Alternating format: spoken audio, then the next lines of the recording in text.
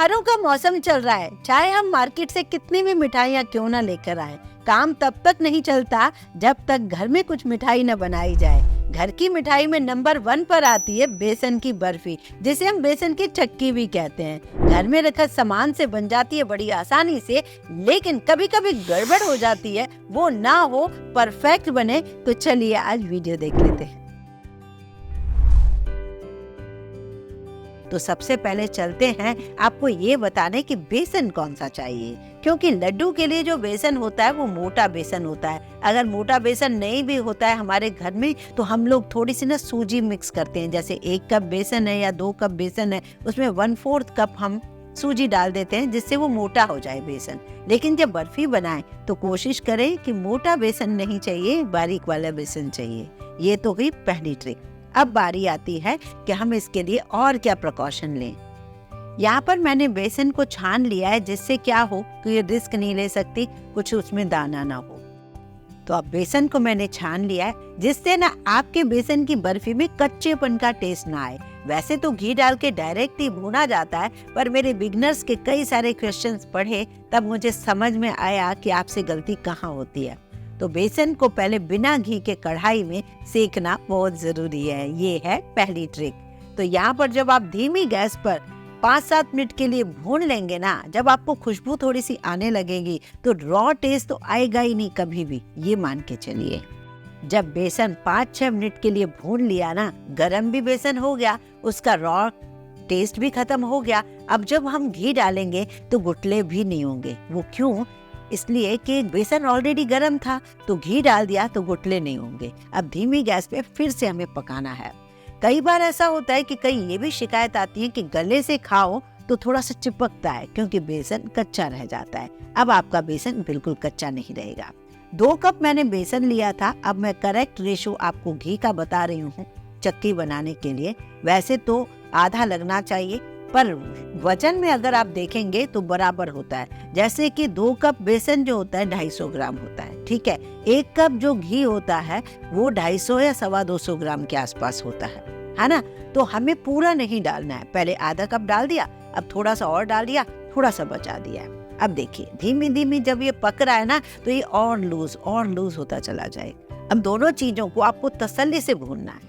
थोड़ी देर के लिए ये सोच लीजिए कि अगर करेक्ट बनानी है तो यही काम है हमें भूनने का। जब आपको लगे कि नीचे से अब लाल लाल हो रहा है और इतना बढ़िया खुशबू आ गई है, तब तक आप इसे भूनिए। अब गैस पर से जो आपने कढ़ाई जो रखी थी, उसको आप थोड़ा थोड़ा चलाते भी रहिए, छोड़ मत दीजिए। एक तरफ रख दीजिए और इधर बनाइए चाशनी। चाशनी का है मेन काम। तो चाशनी बनाने के लिए हमें क्या करना होगा, वहाँ पर मैंने आधा कप डाल दिया पानी, 1 कप चीनी, ठीक है। ये भी वेट में आपकी बेसन से लगभग थोड़ी सी कम होगी। मतलब जैसे भारी होती है ना चीनी, तो 1 कप अगर हम लेते हैं तो 200 से 225 ग्राम चीनी आ जाती है। मोटे पतले पर डिपेंड करता है। तो यूँ समझ लीजिए बेसन से थोड़ा ही कम लगता है घी और चीनी। तो यहाँ पर मैंने उसको धीमी आंच पे पहले पकने रखा है। थोड़ी केसर के पत्ते डाल दिए हैं, पत्तियां डाल दी हैं, जिससे उससे स्वाद बहुत अच्छा है।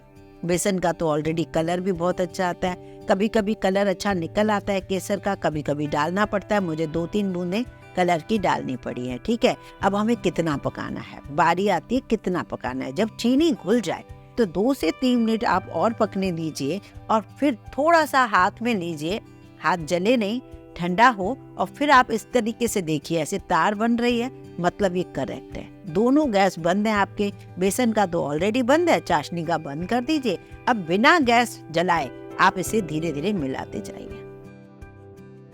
ये है रेशो चक्की का, जो हम चक्की जमाना चाहते हैं। अब आप बिना गैस जलाए इतने लिक्विडी चीज को, आपको डर लगेगा कि ये कैसे होगी। आपने तार अगर परफेक्ट बनाई है तो 100% वो जमेगी, ये मेरा दावा है। अगर आपने तार बनाने में कसर रखी है तो वो नहीं जमेगी। तो कई कारणों से ये नहीं जमती है। अगर आपने ओवर घी लगा दिया या फिर आपने उसे चाशनी को पकने नहीं दिया, तो उस टाइम में हमारी बेसन की चक्की नहीं जमती है। अब यहाँ पर मैंने लास्ट में इलायची पाउडर डाल दिया है। गैस फिर से जलाया ही नहीं है, दोनों चीजें हमारी पकी हुई हैं। और यहाँ पर एक छोटी सी ट्रिक आपको एक और दे दूंगी। ट्रे पर मैंने हल्का सा ऑयल लगाकर और मैंने ना एक पेपर डाल दिया है।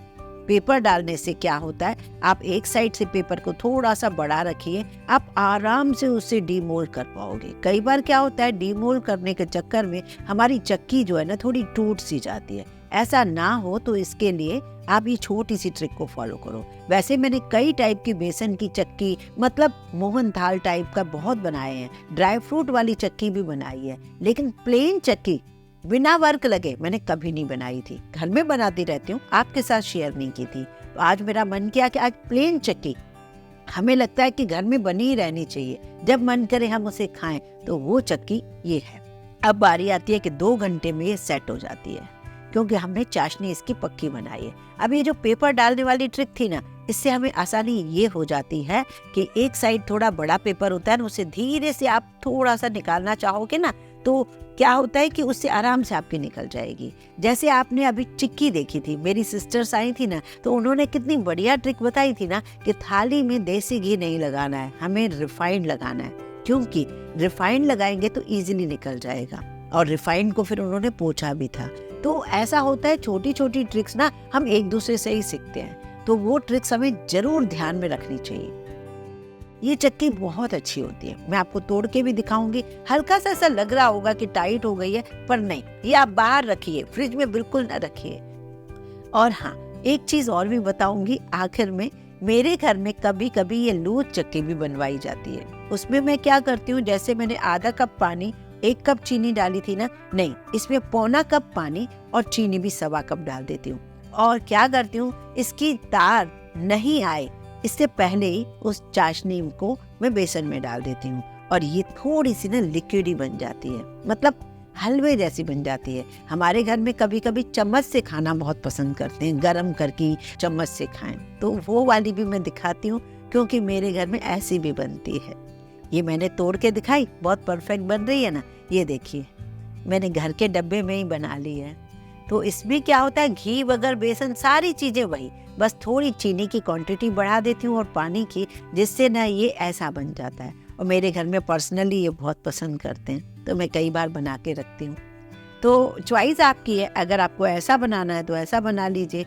और कभी कभी इसमें फ़ायदा ये भी होता है, जैसे बेसन की चक्की हमने बनाई है और बहुत ड्राई हो गई है, या फिर रख दी है काफ़ी दिनों से, अब मतलब ऐसा लग रहा है कि उसका स्वाद ही कम हो रहा है, तो थोड़ी सी चाशनी बना के इसको ग्राइंड कर लीजिए मिक्सी में बेसन को, और फिर से इसमें मिला लीजिए, तो गर्मा गर्म आप उसको ऐसे हलवे की तरह से खा सकते हो। ऐसा कई बार मेरे घर में होता है। ये आपको छोटी छोटी ट्रिक है, वो मैंने दी हैं, जिन्हें आप फॉलो कीजिए, आपकी बेसन की चक्की बहुत परफेक्ट बनेगी। जरूरी नहीं है आप 30 त्योहार पे ही बना रहे हैं, आप कभी भी बना के रखिए। बच्चों को लंच में, मेरे व्यूअर्स हैं जिन्हें बहुत दिक्कत आती है इस चक्की को बनाने में, इस चक्की में इसलिए बोल रही हूँ कि हमारे घर में बेसन की बर्फी को बेसन की चक्की बोला जाता है। आपके यहाँ ऐसे क्या बोला जाता है, मुझे जरूर बताइएगा।